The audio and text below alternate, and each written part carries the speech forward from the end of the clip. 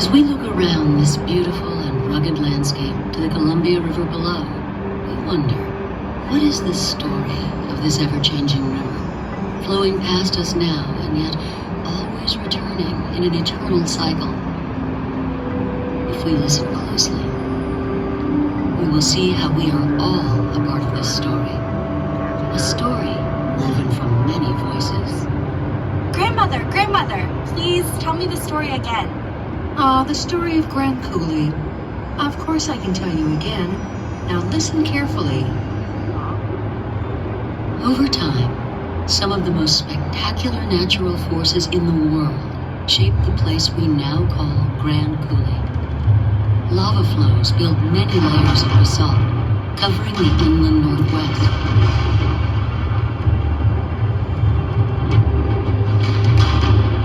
Several ice ages come and go. With warming, a number of lakes form and burst through ice dams, which then reform with each cooling cycle.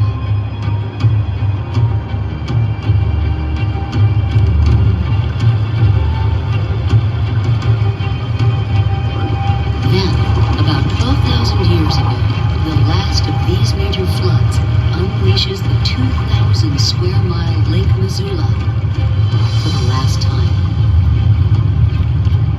A massive flow of water races down the Columbia River, shaping Grand Coulee as we see it today.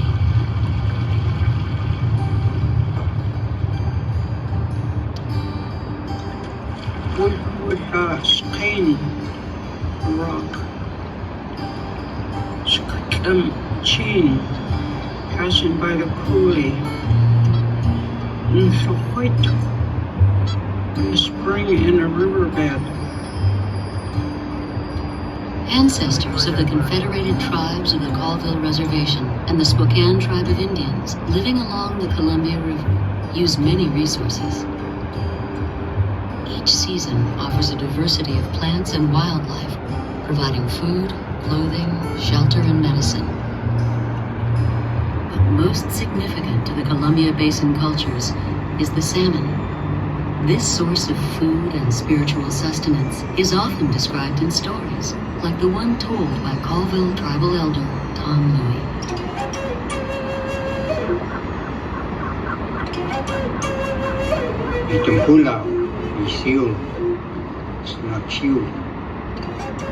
That was my Indian name. My white given name was Tom Louie.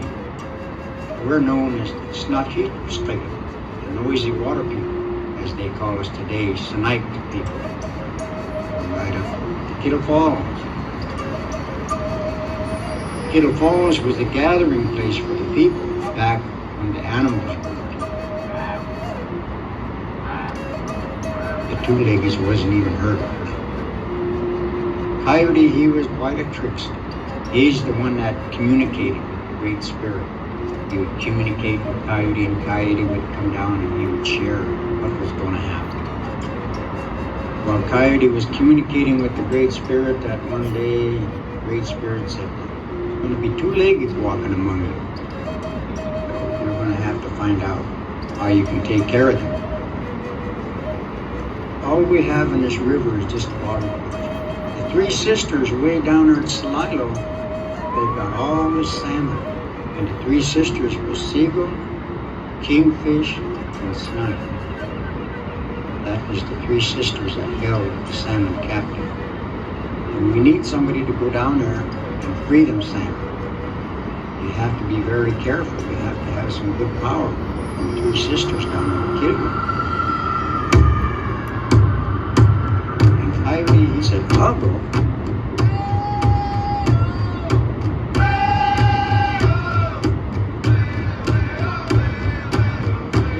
All the way up to Kettle Falls, we brought the salmon. The massive Kettle Falls of the Columbia River, along with Little Falls on the Spokane River, become two of the most important fisheries for salmon, steelhead, and lamprey eel in this region, allowing the Colville and Spokane tribes to flourish in these ancestral homelands.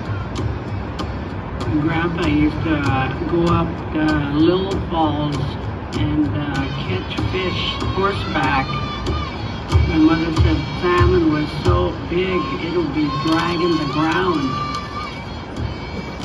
It was the way of life of our people, our understanding. It goes back to the teaching of our belief system. Wow, Grandmother, I want to hear what happens next.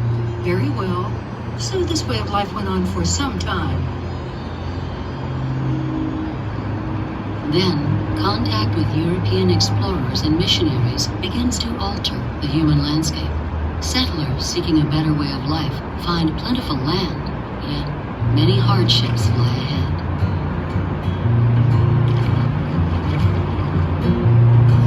My two great uncles were the first of four brothers who would come here in 1882. They were immigrants from Canada, and their family had been in Scotland a generation before that.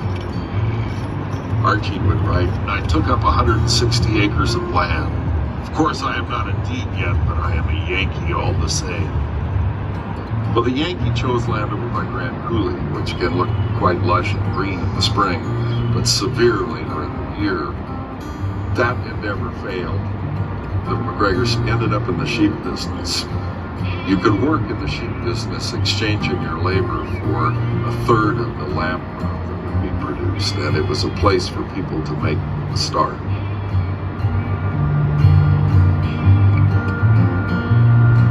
Sheep, cattle, fruit orchards, and other crops form the basis for farming along the river from the late 1800s. Farmers throughout the West prosper for a time, but arid conditions more typical to the region return. Congress and President Teddy Roosevelt fear that economic development in the arid West will languish without sustainable water supplies, and the Bureau of Reclamation is created in 1902. Reclamation's role becomes even more critical after the stock market crash of 1929 and then the Dust Bowl of the 1930s. The effects of the Great Depression uproot thousands. Newly elected President Franklin Delano Roosevelt forms the New Deal, designed to put Americans back to work. One of these massive public works projects is Grand Coulee Dam, designed to bring much-needed irrigation to arid farmlands. Grand Coulee will be built and operated by the Bureau of Reclamation. Many unemployed workers stream to Grand Coulee when they hear about this project.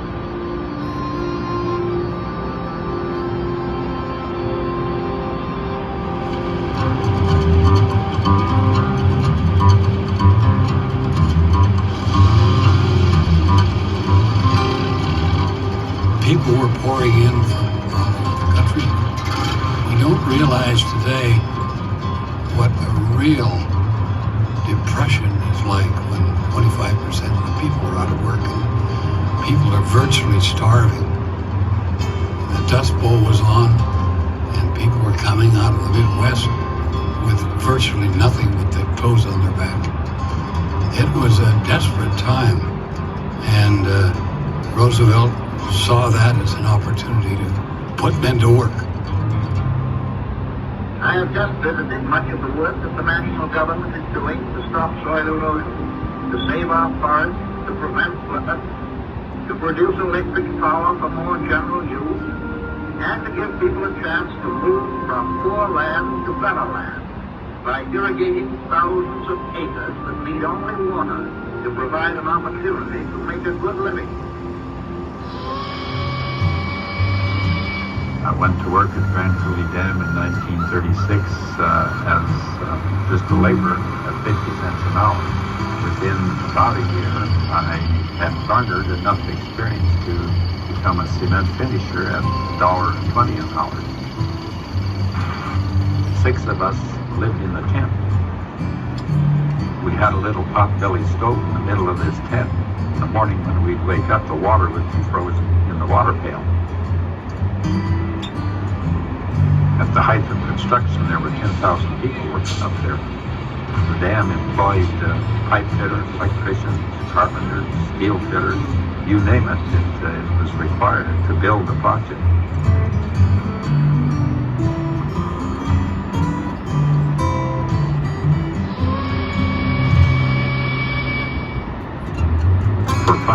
We would come to Salt Lake once in a while where they had Saturday night dances. I went with a girl over there for 3 years. The job was good fun, really. Good to me. All in all, it was a good experience. Something like 14 towns were scattered around the Grand Coulee Dam area. During bad weather, the famous B Street in Grand Coulee was so bad that a man with horses stood by to pull cars that got stuck out of the mud. The thousands of jobs that were created by the Grand Coulee Dam project would help bring the country out of the Great Depression. Grand Coulee and Hoover and the other big projects like that were picked up by the radios. They were picked up by the newsreels in the movie theaters. They were just a tremendous morale booster for the American people. They were unsure about where America was going in the depths of the Great Depression. And they could see hope there on the screen every Saturday when they went to the matinee. It was giving hope to Americans that we could still do big, important things.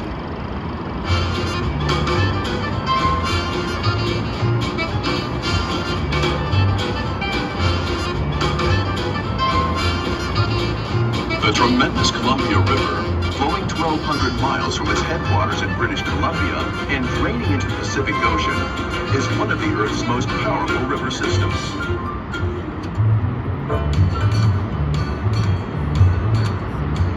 Twice the height of Niagara Falls, and built with enough concrete to wrap a sidewalk twice around the Earth's equator, when it's completed, Grand Coulee Dam will be considered among the 7 wonders of the modern world, alongside some of the most awe-inspiring constructed works, such as the Golden Gate Bridge, the Empire State Building, and the Panama Canal.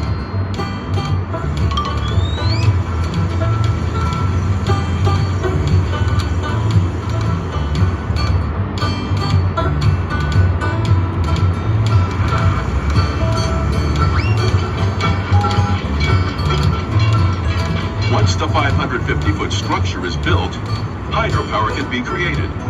Water controlled by the dam drains down tubes called penstocks into rotating turbines. The sheer force of gravity allows the rushing water to turn the blades of the turbines, which in turn rotate a shaft and electromagnet called a rotor. This whirring rotor sits in a copper ring, causing the dynamic electrons in the copper to produce electricity, enough to power 2.3 million households. Truly a renewable resource, the water is released back into the river and can be used again to create more hydropower at the 10 other dams downstream on the Columbia. Grand Coulee Dam, proof of human ingenuity.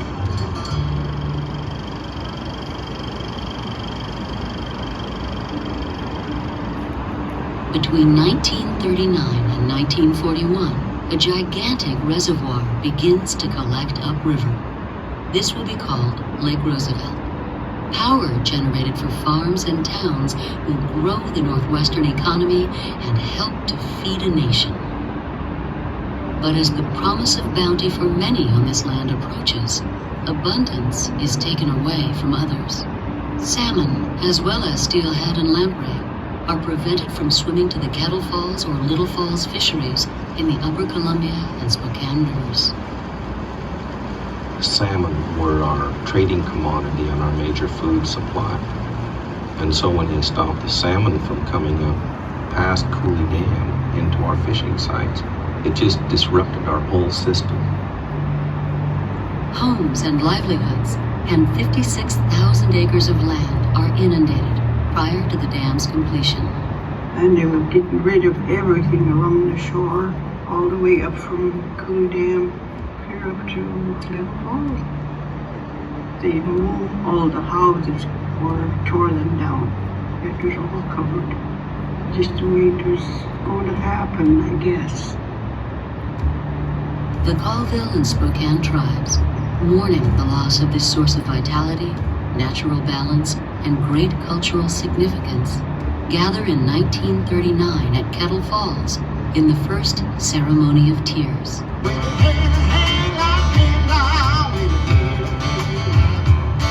I'm a cowboy trapped with Indian, and I come from Michigan, from the lakes back by the river.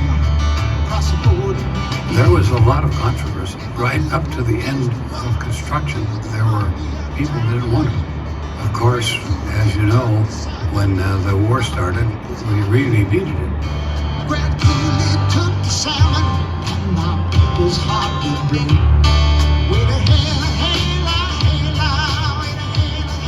Oh no, grandmother! A war? Unfortunately, yes. And the new dam helped the country overcome it.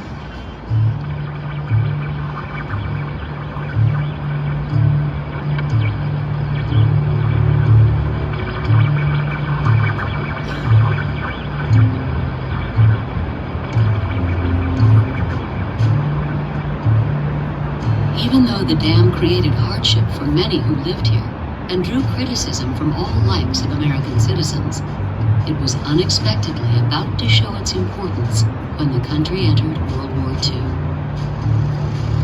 Yesterday, December 7th, 1941,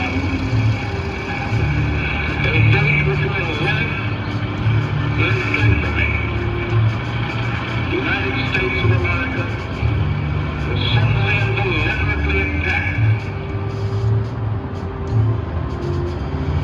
There was a high demand almost instantly for the power. It was funneled into shipbuilding on the coast. It was funneled into aircraft building. It went into aluminum smelters, which were vital for the aircraft industry. And then a large percentage of the power went into the Hanford Reservation for the atomic bombs that were created toward the end of the war. The Bonneville Power Administration, authorized in 1937, allows for the maintenance, transmission, and sale of power created at Grand Coulee and other federal dams in the Columbia River system. If not for Grand Coulee Dam, the Northwest would need 15 coal-fired plants or 6 nuclear plants to equal the hydropower that will be produced here. In 1950, President Harry Truman speaks at the dedication of Grand Coulee Dam. This visit strengthens his resolve to promote further development of the river, providing flood control at times of unpredictably high runoff, as well as enhancing water storage and hydropower. This is a great occasion. We've come here to dedicate Grand Coulee Dam, one of the mightiest structures man has ever built. With this dam, man's ingenuity and perseverance have dramatically transformed the energy of a mighty river into a great new source of national strength. New jobs, new industry, new opportunities have been created. Grand Coulee Dam, with its tremendous power and irrigation benefits, is an instrument of our democracy, forged to contribute to a better life for ourselves and our children.